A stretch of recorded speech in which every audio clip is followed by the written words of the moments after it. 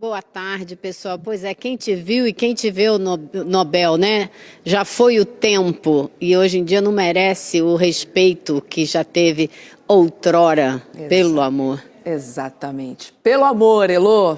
Vamos lá, falar de uma treta bolsonarista, porque a cassação do ex-deputado Eduardo Bolsonaro e a permanência dele nos Estados Unidos abriram um vácuo no tabuleiro eleitoral para o Senado aqui de São Paulo e motivaram uma disputa interna no PL, que é o Partido Liberal. A apuração é do jornal O Globo, minha gente. E olha só, o embate é visto como um teste de força entre diferentes núcleos do bolsonarismo, inclusive dentro da própria família. Eduardo tenta emplacar o amigo, o deputado estadual Gil Diniz. Já o nome da deputada Rosana Vale foi incluído em pesquisas internas a pedido de Michele Bolsonaro. Então temos uma indicação de Eduardo, outra indicação de Michele. E é o seguinte, em um primeiro momento, o PL de São Paulo chegou a quase fechar questão de que o candidato seria Renato Bolsonaro, irmão do ex-presidente. Mas ele tem dito que prefere disputar a Câmara. Enquanto isso, gente, o governador Tarcísio de Freitas trabalha para emplacar o ex-secretário de Segurança Pública, Guilherme Derrite. O deputado Marco Feliciano é apontado como o mais insistente para se manter no jogo, mas ele sofre resistências internas, assim como o vice-prefeito de São Paulo, o coronel Melo Araújo. A indefinição impacta o projeto presidencial de Flávio Bolsonaro, que está evitando se envolver nessa disputa, mas ele depende de São Paulo, que é o maior colégio eleitoral do país, Elô. Então temos aí um candidato de Eduardo, temos um de Michele, enfim, mais tretas internas da família Bolsonaro. Essa treta é boa e a gente gosta, né, Roberta? Quanto mais eles tretarem, melhor fica. Mais eles se dividem, é isso que a gente quer ver. Mas é uma situação bastante complicada para a extrema-direita, que precisa de um bom palanque em São Paulo. E o nome forte em São Paulo é o do governador Tarcísio de Freitas, que quer montar uma chapa com o Derrite, que é do PP, e com o Ricardo Salles. Ele também pretende botar o Ricardo Salles nessa chapa, mas não tem muita certeza como fazer, porque o Salles, que é do Novo, deixou o PL. E quando ele deixou o PL, passou a ser visto como um traidor, alguém que não merece confiança, que não tem disciplina, que não obedece às diretrizes do partido. Ele saiu porque ele queria ser candidato a prefeito e não arranjou vaga, não arranjou legenda dentro do PL, então ele foi para o Novo em 2024. E agora é ele que está dizendo para todo mundo, a gente tem que se unir, porque senão a gente que pode ganhar 2 vagas para o Senado em São Paulo vai acabar ganhando só uma, né? Então, eles estão nessa divisão complicadíssima, porque existem muitos mini grupos, né, que dividem o PL, como você falou, é o grupo do Eduardo, é o grupo da Michele. A Michele quer emplacar uma candidata mulher, do PL Mulher. Então, é uma divisão interna que eu espero que continue assim até a hora da eleição. E a Michele quer emplacar a deputada federal Rosana Vale, Juliano. Pois é, na verdade o que nós estamos vendo aqui em São Paulo é um pouco a expressão da divisão interna do bolsonarismo no Brasil. A família Bolsonaro de um lado, os radicais que estão próximos da família Bolsonaro, como é o caso do Salles e de outros pelo Brasil, mas que não são família Bolsonaro propriamente, e o Tarcísio, que tem um pé no bolsonarismo, aliás é a sua origem, e um pé no centrão, que é quem lhe dá sustentação política em São Paulo. O Tarcísio tem que fazer uma conta muito racional. Quer dizer, tem que pagar a fatura para o bolsonarismo raiz, então vai ter que ter um bolsonarista identificado, aprovado, né, chancelado pela família Bolsonaro, que pode ser o irmão do Bolsonaro, pode ser alguém que eles indiquem. Mas se ele quiser eleger um senador, Chico Sá, ele vai ter que escolher também um nome que seja competitivo e que transcenda o bolsonarismo raiz. Na última eleição, São Paulo elegeu o Major Olímpio, que era mais identificado com esse bolsonarismo mais estridente, né? Um militar, alguém que tinha... A turma da bancada da bala. Bancada da bala, tinha uma identidade bolsonarista, embora não fosse exatamente um bolsonarista raiz, né? Um sujeito que já tinha uma carreira prévia de extrema-direita aqui em São Paulo, mas não era bolsonarista. E a Gabrilha, Mara Gabrilli, mais de centro-direita, né? Então, na última aqui, deu centro-direita e extrema-direita. É difícil a extrema-direita eleger 2 em São Paulo, até porque a esquerda vai vir com nomes muito fortes. Se fala de Haddad, se fala de Marina Silva, né? Então aqui, se o Tarcísio tiver juízo, ele vai trabalhar para resolver essa treta na boa. Agora, dá para resolver treta na boa com essa gente, Chico Sá? Não, não dá. Não dá de forma alguma. Olha, aquele cenário 2018, depois até 2022, são cenários ali que dava para a direita eleger dois, fazer o que quisesse. Agora é bem diferente. Continua forte, o Tarcísio é forte, a Michelle, ela dizer que a candidata é dela tem alguma viabilidade eleitoral, mas eu acho que não tem esse jogo todo para eleger dois. E é estranho o Eduardo Bolsonaro querer indicar alguém. Esse rapaz, como senador, ele como deputado, ele não pisou em São Paulo. Não. A população de São Paulo não sabe quem é ele. Ele foi eleito aqui naquele momento de muita força do pai. Tem que lembrar que o pai ele elege também aqui em São Paulo o Dória. Depois daquela camiseta maldita Bolsodória, ele acaba quem acaba elegendo o Dória. Ou seja, de 2018 a 2022, casava, mandava e batizava em São Paulo. Não é mais tanto assim como agora. Agora, Juliano, eu ouvi um zum que talvez o Derrite possa vir na mesma chapa de Flávio como vice. Você já ouviu circular alguma...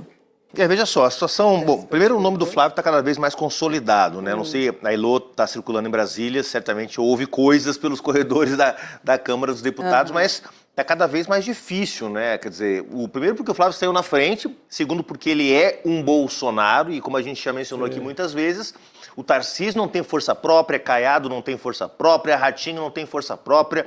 Quem articula um movimento de extrema-direita e quem lidera hoje o movimento de oposição ao presidente Lula é o bolsonarismo. Então, se o Flávio mantiver a candidatura dele, vai ser ele o candidato.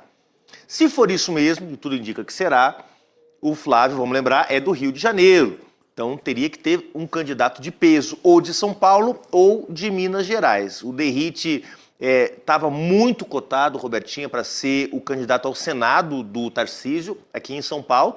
Mas como ele está tendo que acomodar esses interesses todos... Pode ser que o filme dele também, que pode tá ser que o queimado, Derrite caia para cima, como se diz no popular. O problema é que cair para cima é se você ganhar a eleição, né? Se você não ganha a eleição, você está caindo para baixo mesmo. Você vai ser vice de um derrotado, que é o que deve acontecer com o Flávio Bolsonaro. Enfim, eles estão com um pepino aqui em São Paulo e vão ter dificuldade para descascá-lo. Pois é. Elô, você ouviu nos corredores esse zum de Derrite seria vice de Flávio?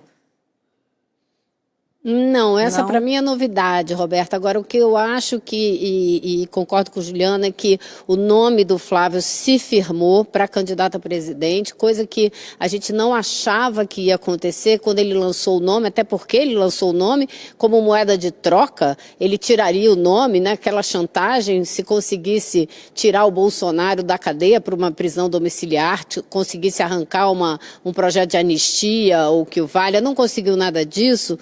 Então, o nome dele foi se firmando. Eu acho que a família foi acreditando mais e mais. E o Juliano tem muita razão quando ele diz que é o bolsonarismo. Por isso é importante ter um nome como o do Flávio, que é Bolsonaro, é o que mobiliza essa base com a qual eles podem contar e que vai realmente disputar com o presidente Lula as próximas eleições. Então, eu acho que eles vão manter, sim, o nome dele está cada vez mais forte. Agora, quem eles vão botar de vice, eles vão ter que fazer muita conta, vão ter que acomodar muitos interesses. Pode ser que eles tenham que acomodar o interesse da Michelle, colocar uma candidata mulher que saia do PL Mulher, do movimento que ela vem fazendo pelo país inteiro. Então, ainda tem muita água para rolar debaixo dessa ponte para eles decidirem o segundo nome da chapa, que vai depender também quem eles evitam de gastar na chapa, né, presidencial e deixam para Senado. Então, é muita articulação ainda que eles vão ter que fazer. Eu espero, como eu disse, tem muita briga pelo espólio do Bolsonaro, a Michelle com os filhos do Bolsonaro que não se entendem mesmo, todo mundo sabe, e pode ser que essa briga acabe dificultando a montagem do palanque que eles tanto precisam em São Paulo. Porque outra coisa também é certa, o Tarcísio de Freitas, por pior governador que ele seja, ele está praticamente reeleito. Então, ele também é uma força com a qual eles vão ter que se ver, eles vão ter que considerar a força do Tarcísio. Ele vai ter uma palavra, né, de peso nessa montagem dessa chapa, desse palanque de São Paulo. Pois é, uma disputa... Aliás, acabou, Roberta, desculpa, acabou de marcar uma visita. O Bolsonaro está tentando marcar uma visita, aprovar junto ao Xandão a visita do governador Tarcísio a ele. Devem naturalmente conversar sobre a formação dessa chapa aqui de São Paulo. Boa. Vamos ver o que sai dessa reunião aí. Olha só, gente, o presidente Lula vai retomar na quinta-feira uma discussão que começou na semana passada sobre o orçamento da defesa. As despesas militares diminuíram nos últimos anos para um patamar próximo de 1% do PIB. Na última quinta-feira, o ministro José Múcio se reuniu com Lula para tentar garantir que o orçamento regular da pasta não seja afetado com os cortes deste ano de 2026. Além disso, o Múcio também articula com o governo e com o Congresso a aprovação de uma proposta de emenda à Constituição que fixa em 2% do PIB o orçamento mínimo para a área da defesa. O ministro considera ser viável destinar, então, 1,5%, com aumento gradual ao longo dos anos. Então, começaria aí em 1,5%. O que você achou desse pedido, Elô, esse alerta que a Venezuela, enfim, que esse ataque do Trump acendeu aqui em toda a América Latina, na verdade no mundo, né, sobre o orçamento da defesa? Exatamente, eu acho que foi justamente esse acontecimento na Venezuela que deu à turma da defesa a argumentação que eles tanto precisavam para defender uma proposta que não é de hoje, não é de agora.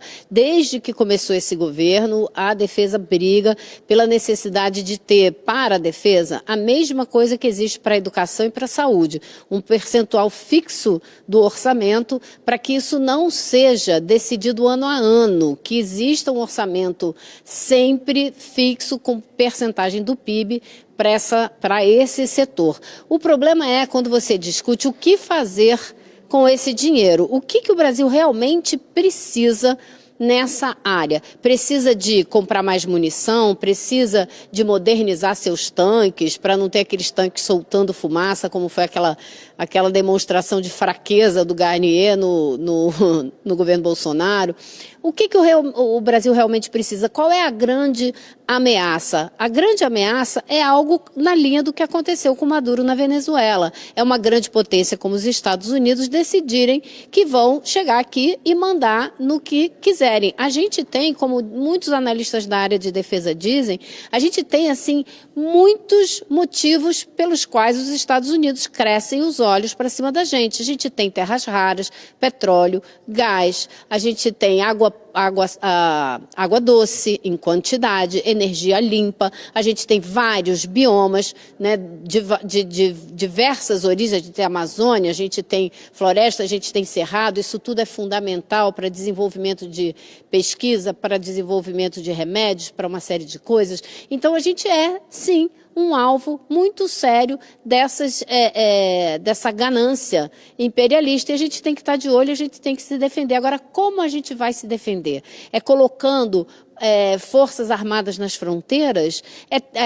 Produzido algum tipo de arma de dissuasão, ter um míssil de longo alcance que chegue ao território dos Estados Unidos, caso eles, né, se engracem com a gente? Então a gente tem que ter uma arma que a gente possa dizer, não mexe comigo não.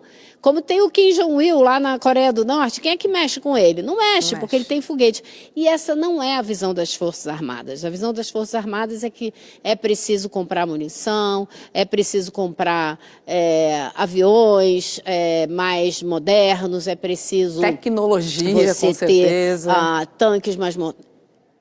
Então, e aí eu acho que são visões diferentes que existem nessa área. O presidente Lula, eu ouvi isso no Planalto outro dia, nunca foi muito afeito a essa discussão, não é uma área que lhe interessasse muito. Mas agora, depois do que aconteceu na Venezuela, a reunião da semana passada, na qual estavam presentes não só o ministro Múcio, mas também os chefes das forças e também o assessor especial do presidente, Celso Amorim, houve essa discussão e, aparentemente, o presidente Lula ficou tão interessado que pediu uma outra reunião essa semana para aprofundar esse assunto. Então, pode vir aí uma proposta para a próxima gestão Lula, se ele for eleito, de tratar essa área como uma importância que até agora não tinha tratado, porque a gente tem uma dificuldade grande no Brasil.